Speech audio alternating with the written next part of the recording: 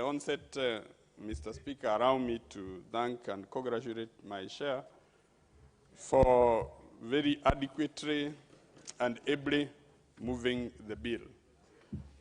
Mr. Speaker, I'll just point out or emphasize a few of the points the chair might have left out.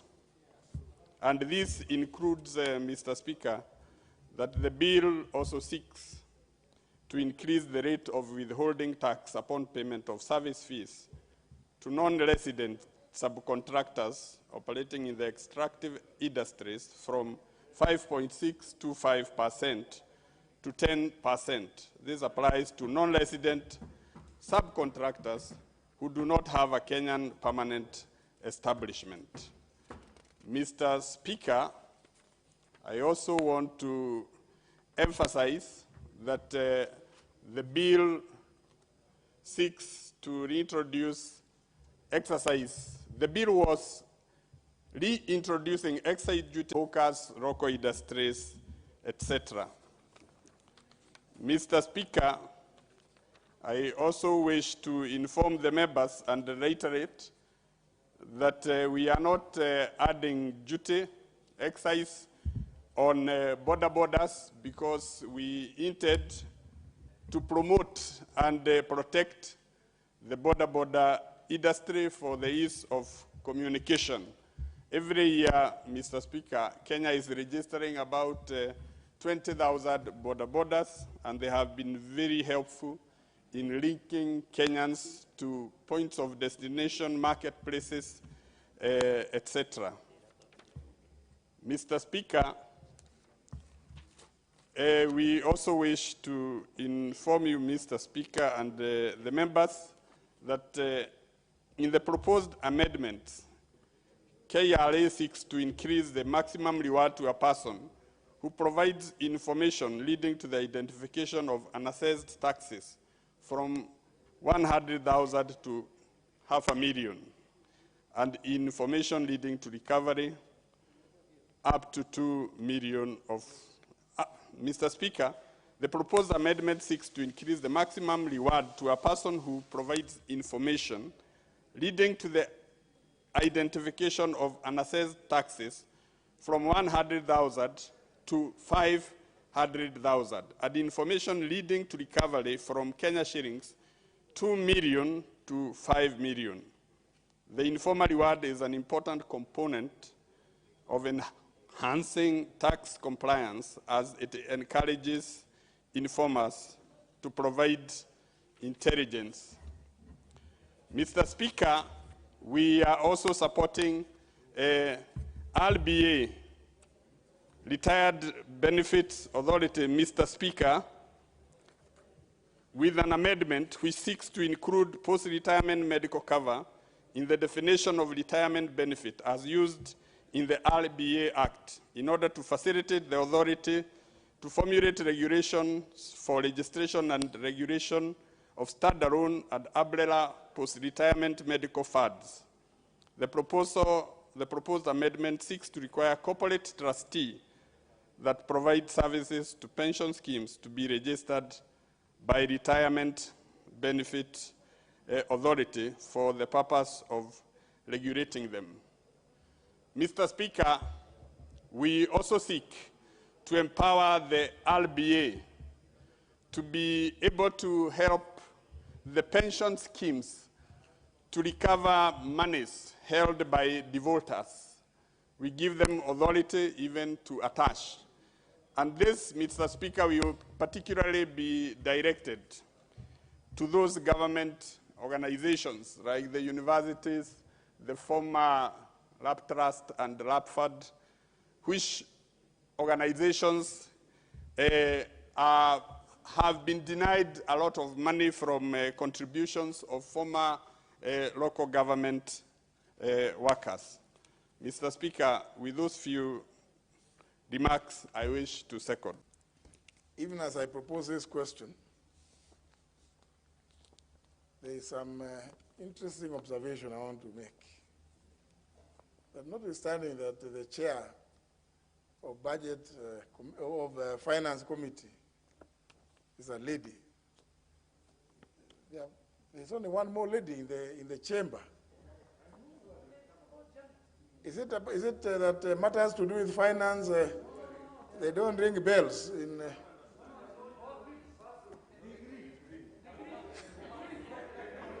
I mean, surely. Yet it is commendable that the chair of Finance Committee has moved quite eloquently this report of this committee.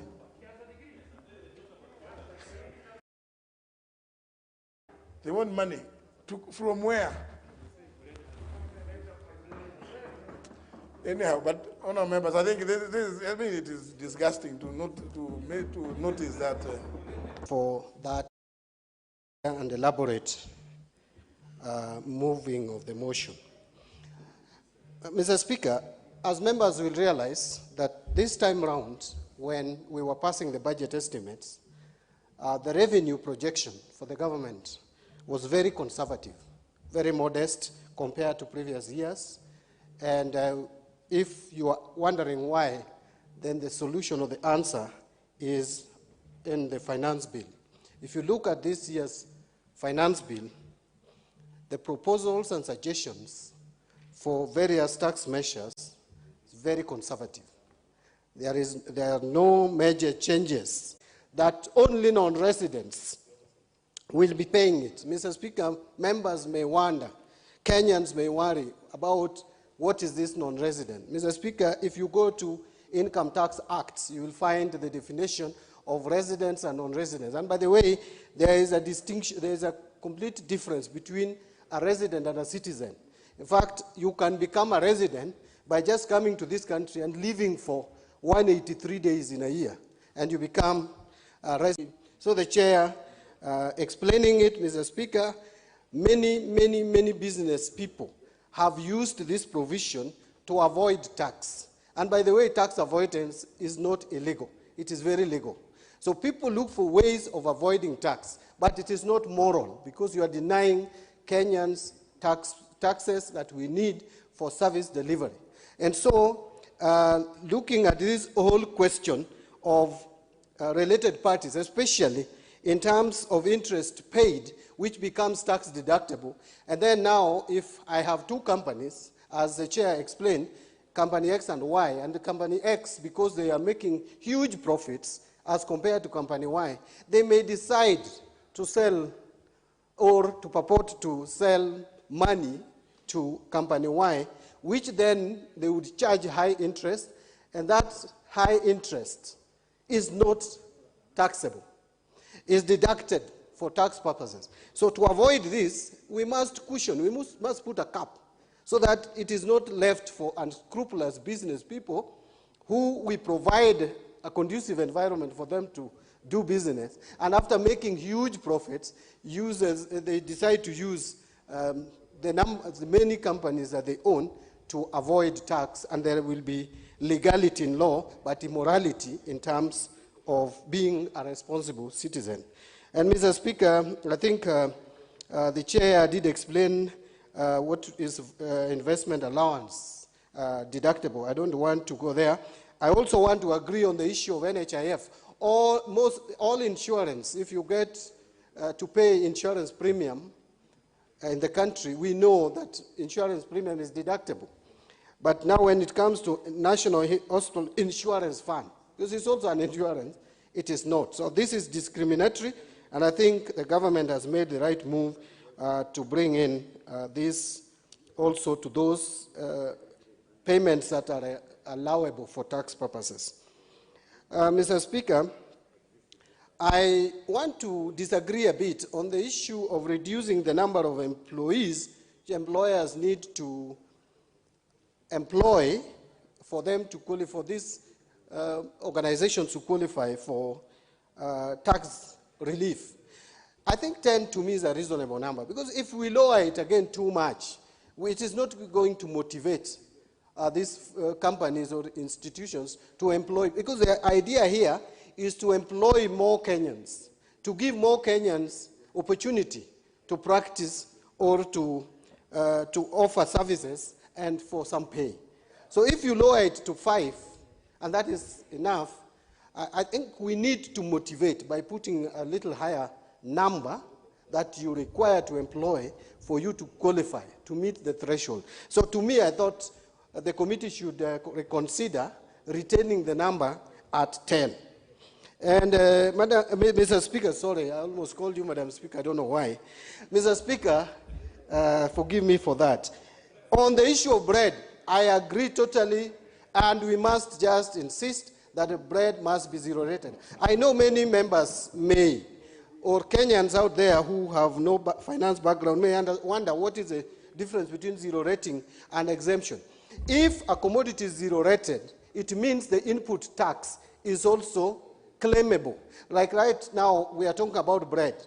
If bread is zero rated, it means that the wheat, if wheat was taxed, wheat that went into making bread, if it was taxed, the person selling bread will claim back the amount of tax that was paid on wheat. But if it is exempt, it means he will not charge tax on bread, but any tax that was paid subsequent, preceding the manufacture of bread will not be claimed. That tax will form part of the cost of bread. So exemption compared to zero rating is better than exemption because it makes the cost of bread cheaper. And so let us not look at exemption thinking now bread is exempted. No. It is being removed from zero rating to exemption, which disadvantages the consumer because the final bearer of the cost will be the consumer. So I agree completely that we must retain bread at zero rated, in the zero rated bracket. Mr. Speaker, power of parliament. This one we must just say no. I don't even understand how the CS can ask parliament to surrender the power we have in setting the VAT rates to the treasury. It cannot happen. Mr. Speaker, that cannot be the spirit of Article 210 of the Constitution that allowed this House to be legislating on the taxes and fees paid, Mr. Speaker. Mr. Speaker, this is mischievous because for the CS Treasury to ask this, it means he has realized that this parliament is not a joke, that this parliament, for you to convince them to vary the VAT rates, is not easy. And by the way, there is no taxation without representation. So you cannot ask parliament to surrender power to charge VAT or to vary the VAT rates. Bring those rates to parliament for approval. And the people to represent, like right now, what would have happened, have absolute powers in setting up the rates for the VAT rates, varying them, changing them, or imposing VAT should be exclusive mandate and responsibility of the people's representatives. That is why the people of Kenya brought us here, to sit in this house and legislate on matters that concern them. And there is nothing that could concern Kenyans more than taxing them. Taxing Kenyans is the most important thing that Kenyans would want us to participate in. Mr. Speaker, as I move to conclude, I also want to agree that the betting had some issues. It's discrimination. Because when you listen to radio stations, Mr. Speaker, and I'm sure it cuts across all languages, there is a lot of betting going on. You hear them announcing products of you. If you do this, you pay 100 shillings, 200 shillings. After every 2 hours, you're earning 100,000, you're earning 500,000. All this must be brought into the tax bracket so that there is uniformity. Finally, Mr. Speaker, on issues of accounting documents, I still want to persuade the committee to reconsider rejecting the proposal by the ministry to move it to 7 years. I think we need to keep our records for sufficient amount of time. Even if another government comes into place, in fact, the more reason why we should keep documents, so that if you think you are in office and once you leave, you do bad things in office, and once you leave, nobody will follow you. You must know that documents that you started dealing with in year one, the first day in your office, will land in someone's hands immediately you leave office. People must be accountable. We must be held. In fact, if we could even insist in keeping records for 10 years, the better. So that people keep records if there was misappropriation, embezzlement of funds, or whatever you might have done during your tenure, it lands into some other office or officer's hands to deal with you. Because they don't even know why they bore us with these fake stories of how people rose from grass to grace. What my friend Chungwa here would call a hustler. It doesn't make sense. People must make money genuinely. Mr. Speaker, I will go there because I have my chance. You will speak. But what I'm saying, I'm not targeting anyone. What I'm saying in short, please make money in a procedural manner. Be rich through hard work. Don't be rich by stealing, then you tell us that you are a charcoal seller. Now you are owning what and what. I don't want to mention the building because really, I don't want to be personal here. But what I am communicating, Mr. Competing to be who is who in this country and who owns what. Who?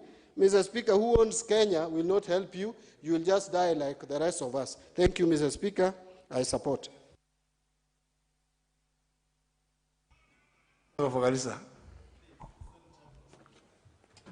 Thank you, Mr. Speaker. Mr. Speaker, as I support the Finance Bill 2020,